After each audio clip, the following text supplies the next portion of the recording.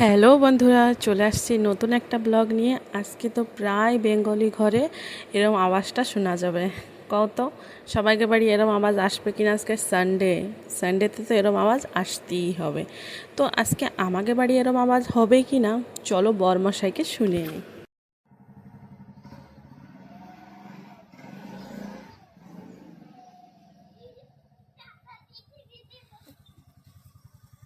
दोपहर को क्या खाओगे?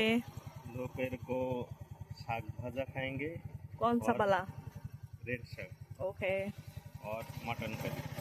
झाल झाल लाल लाल। झाल झाल लाल लाल। Okay, bye.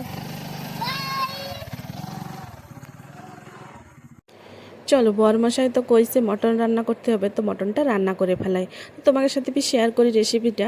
তো ফার্স্টে তো মটনটাকে ম্যারিনেট করে রাখলাম হলদি গুঁড়ি আর লঙ্কার গুঁড়ি আর লবণ দিয়ে আর সরষের তেল দিয়ে ভালোভাবে মাখিয়ে ঝাঁকিয়ে, ওকে ঝাঁকানো লাগবে না, মাখিলেই হয়ে যাবে। তো মাখায়ে রেখে দিলাম রেস্ট 1 ঘন্টার জন্য।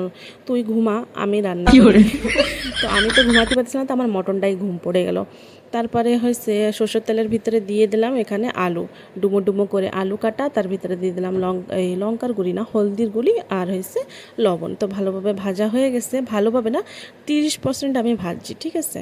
কেন কি প্রেশার কুকারে যাবে, তো বেশি ভাজলে হবে না। তার ভিতরে দিয়ে দিলাম আমি পরিমাণ মতন তেল, আর তার ভিতরে দিয়ে দিলাম হয়েছে চিনিটা দিলে ভালো কালার হয়। তো চিনিটা দেওয়ার পরে এর ভিতরে দিয়ে দিয়েছিলাম শুকনো লঙ্কা, তেজপাতা আর জিরা। তারপরে দিয়ে দিলাম চেরা কাঁচা লঙ্কা আর হয়েছে পেঁয়াজ। চিড়ে কাঁচা লঙ্কা না দিলে না চোখটা কানা হয়ে যাবে মটন খাওয়ার চক্করে, তো চিড়েই দেবা। তো দেওয়ার পরে এর ভিতরে আমি না তার ভিতরে ছেঁচে রসুন দিয়েছিলাম তার আগে, ঠিক আছে, পেঁয়াজের আগে দিলে না ভালো লাগে। তো তার ভিতরে আমি দিয়ে দিলাম দুটো টমেটো ডুমো ডুমো করে কেটে দিয়ে দিয়েছি।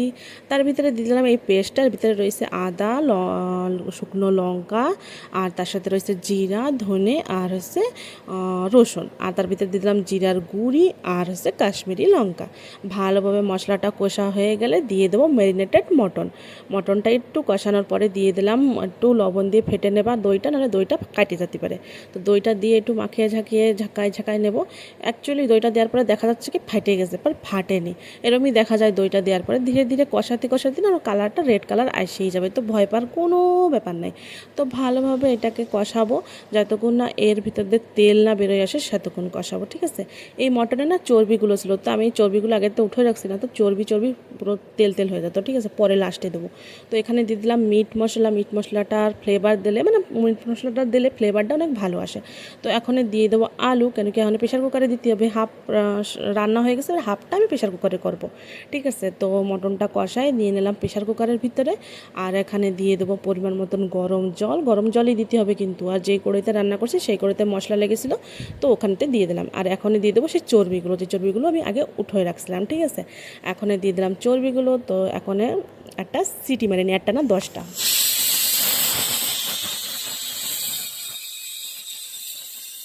10টা সিটি না 5-6টাই সিটি দিয়ে আমার মটনটা ভালোই গলে গেছিলো। তার ভিতরে দিয়ে দিলাম এখানে হয়েছে গরম মশলার গুঁড়ি, আর তারপরে দিয়ে দিলাম কুচনো ধনে পাতা। তো এখানে দেখতেই পাচ্ছ লাল লাল ঝাল ঝাল মটনের তরকারি রেডি।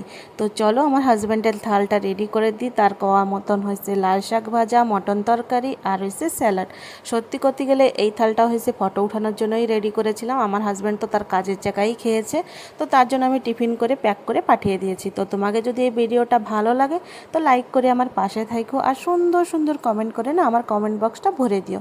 তো আজকের ভিডিওটা এই পর্যন্তই, দেখা হচ্ছে নেক্সট একটা ভালো একটা সুন্দর একটা ভিডিও নিয়ে। ততক্ষণের জন্য বাই।